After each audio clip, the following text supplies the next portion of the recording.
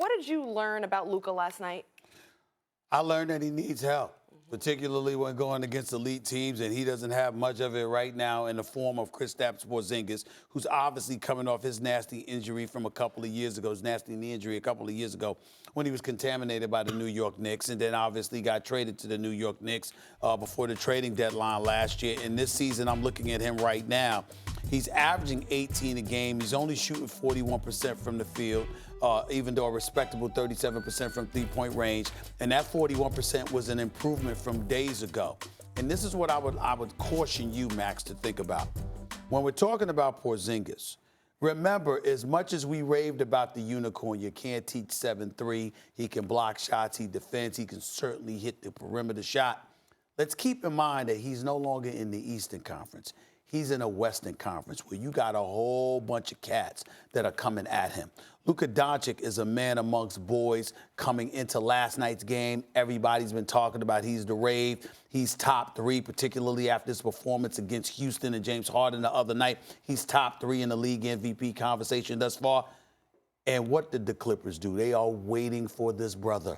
And you got Patrick Beverley and you got Harold, not to mention George and Kawhi Leonard. And they reminded everybody, as you would say, defense is a part of all of this. It's real, real nice to you to look pretty against everybody else.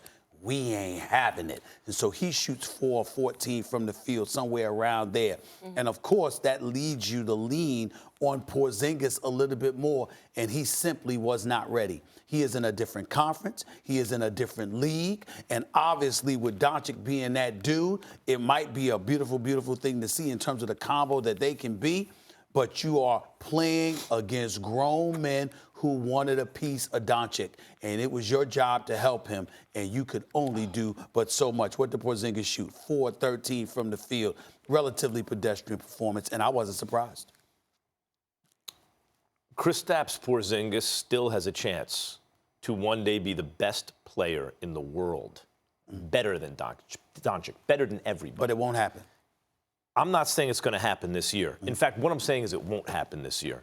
Coming off the kind of injury he had, what typically happens is you miss a full season, and then if you can maintain and stay healthy, you have a season back where you can still do some things, but you're not and then after that whole process, that's 2 years, now you're back to hopefully what you once were. Right. And if you're young enough and still ascending, that trajectory maybe takes you better than you've ever been.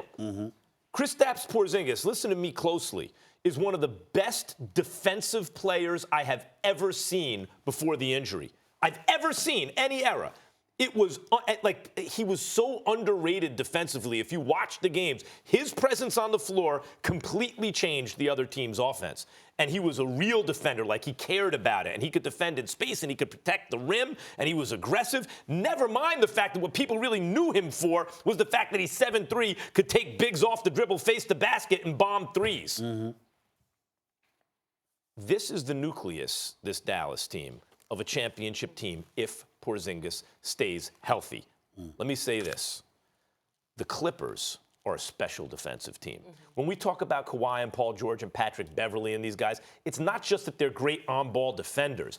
They're not like instinctive defenders the way like Dennis Rodman was or Lawrence Taylor or Troy Polamalu. One of these guys you watch in their sport, you go, oh my God, they have like a radar. They're not those kind of guys. These are like, the football equivalent would be like gap discipline guys. These are guys who are real defenders who can not only defend on the ball, but in a team concept. And you saw them funneling, Doncic to the big, to Zubac, and that was working. The Clippers are going to win the championship this year because of that. Doc Rivers, a Hall of Fame head coach, defensive players everywhere you see, everywhere you look, 2 MVP caliber players, and the best player in the world who's also the best in crunch time, Kawhi Leonard. I don't hold that against this baby Mavericks team. Well, first of all, a couple of things. Number one, I haven't given up on the Lakers winning the championship just yet, and they happen to have the best record in basketball. Just thought I'd point that out. And number two, I want to be very, very clear about what I'm saying. At no time will Kristaps Porzingis, and I like him, and I love me some Rick Carlisle, and Luka Doncic is the man. At no time will Kristaps Porzingis ever be the best player in basketball. You better hope he doesn't stay healthy for that prediction to come true. We'll see. Thanks for watching ESPN on YouTube. For more sports highlights and analysis, be sure to download the ESPN app. And for live streaming sports and premium content, subscribe to ESPN+.